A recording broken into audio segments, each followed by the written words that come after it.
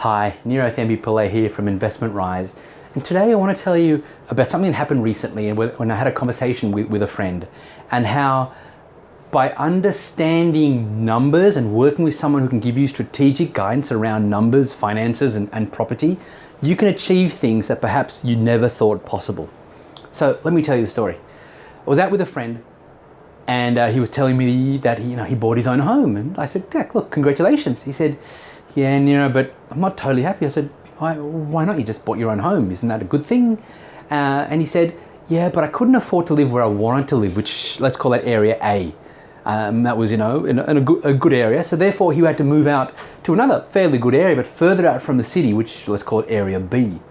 I said, "Oh, so what was the problem? Why did you choose to live in area B versus area A?" He said, "Look, I couldn't afford it. It was the mortgage." He said, "I had the money for the deposit, but I couldn't afford the mortgage." And I said, "Oh, all right." So I said, "Do you plan on ever trying to get back into area A?" And he said, "Oh yeah, my plan is to buy in area B, which I have. Then I'm going to get some capital growth. Then I'll come back and be able to buy in area A down the track." I said, that sounds good, but can we look at the numbers and work this out? And he said, "Yeah, that's fine." I mean, he was a friend of mine, and we were having a few drinks, so we're happy to do this on the back of a napkin. So this is how it went. Area A, the price point was going to be around about $1 million. So $1 million was the price. All right, now that's, mind you, a pretty typical property in Sydney. So $1 million. He had the deposit of $100,000 plus his money for costs and legal, stamp duty, etc. So he had that covered.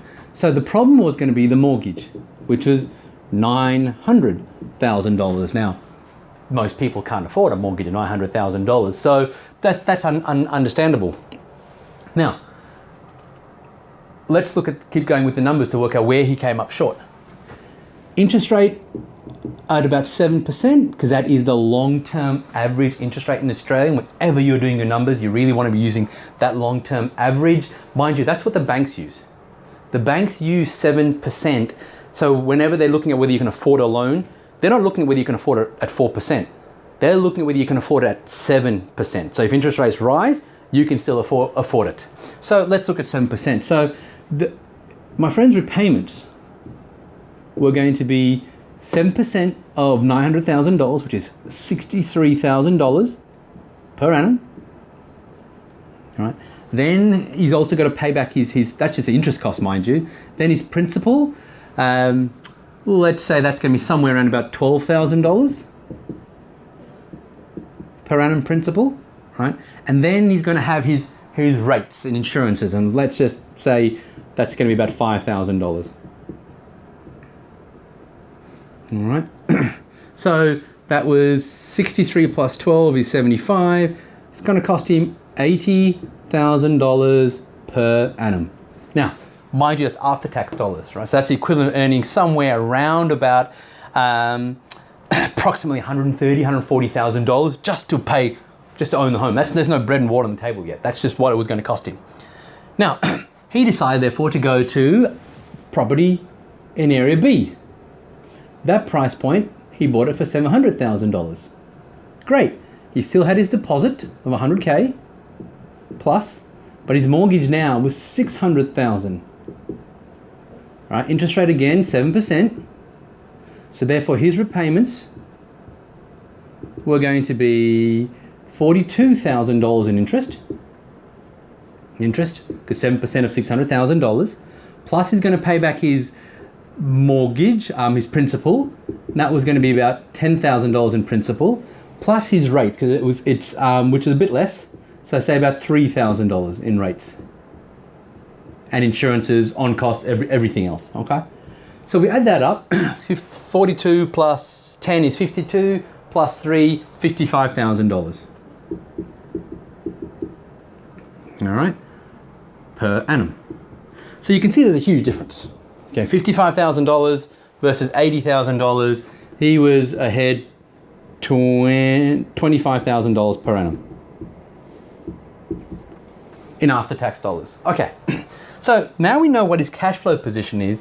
Let's look at his plan about how buying in area B, then getting capital growth, and then selling to go and buy in area A.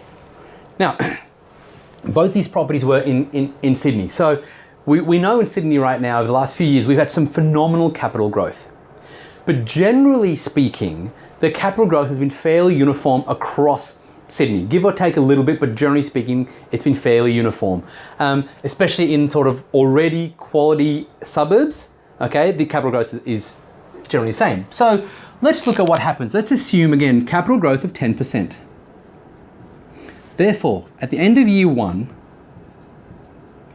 this property in area A, which my friend could not afford, is going to go from $1 million plus 10% is $1,100,000.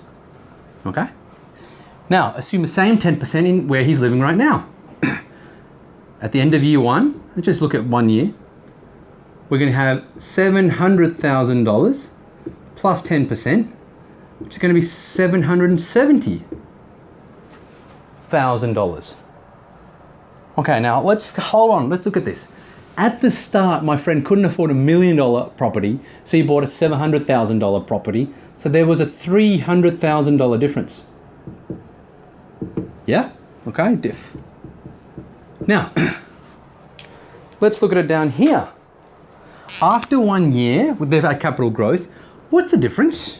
The difference now is 1.1 million is $340,000 difference. Hold on a second. His strategy of buying somewhere, owning it, getting capital growth and coming back is actually putting him further behind the 8 ball, because instead of now being $300,000 out, he's $340,000 out, and that's just after 1 year. What about year on year? You see, and this is why the old strategy of buying somewhere and then relying only on that property to go up in value and then coming back to buy something that you really want to buy, it's a failed strategy in today's market. It's just not going to happen, because both areas are going to, generally in Sydney, are going to go up the same. Like 2 areas, generally speaking, in quality suburbs of Melbourne, or in quality suburbs of really any capital city. So, unfortunately, my friend's strategy was going to fail. And when I went through this, he ordered himself another beer, because unfortunately he realized that this didn't work. But then he asked me a question. He said, Nero, what could I have done? Is there a way to get ahead, or is the system stacked against me? I said, no.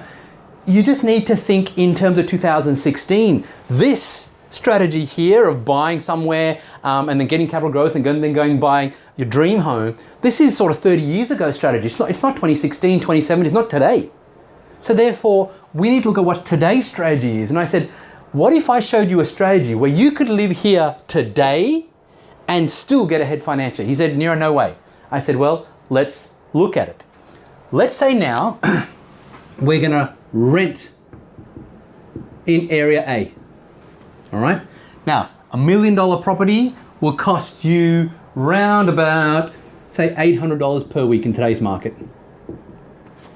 Okay. So therefore, annually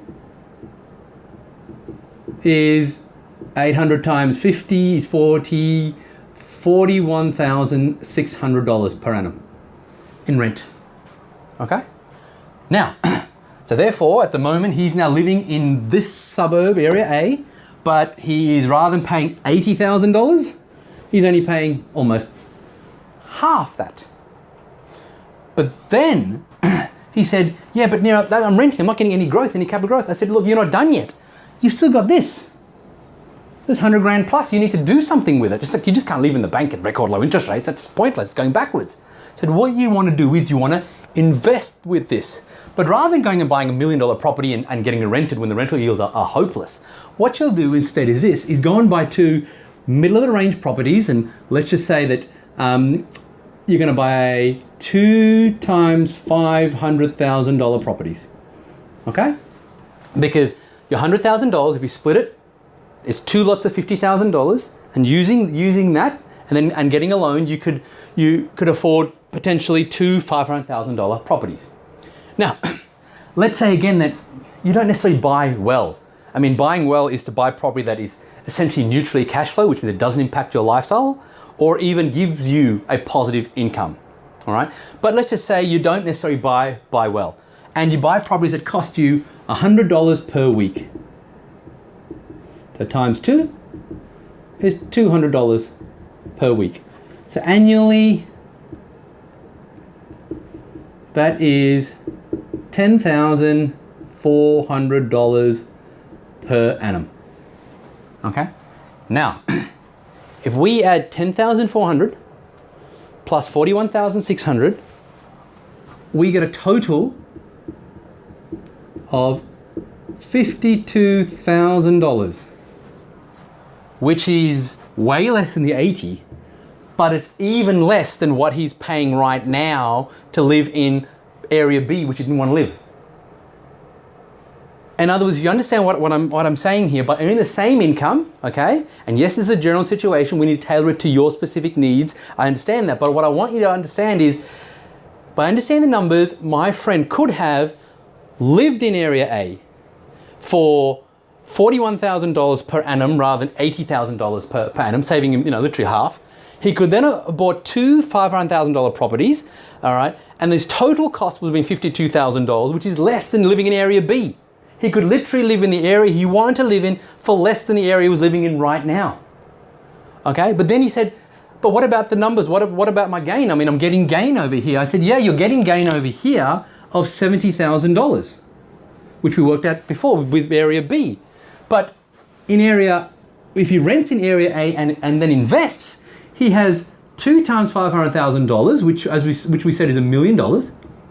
We know. Again, assuming it goes up 10%, the same rate as everywhere else, $1 million plus 10% is 1.1 million, which is $100,000 gain. So he's keeping pace as if he bought his own home over here in Area A. And this is when my friend went, I need another beer, okay? Because what he realized is that by following the strategies that his friends had told him, his family members had told him, he was out of date. He was following something that was old school. But instead, by getting some strategic guidance around numbers and what's possible for him and getting clear on his goals, which was that he wanted to live in Area A. Okay, and he thought the only way to live in Area A was to buy or rent in Area A, yes, but then he thought that was dead money. But he didn't have the whole picture. Once I gave him the whole picture, he realized, I wish I'd spoken to you earlier. And I said, mate, you know what I do. This is what I've done for the last 16 years in developing these strategies, these philosophies. This is what I'll do on a day-to-day basis. This is why I'm so passionate about it, because I'm able to help people achieve goals that they did not think was possible to themselves. I really hope this has sort of shown you that you can achieve more than you think if you're willing to look at solutions out of the box, if you're willing to get some strategic guidance around someone who understands numbers, properties, and finance.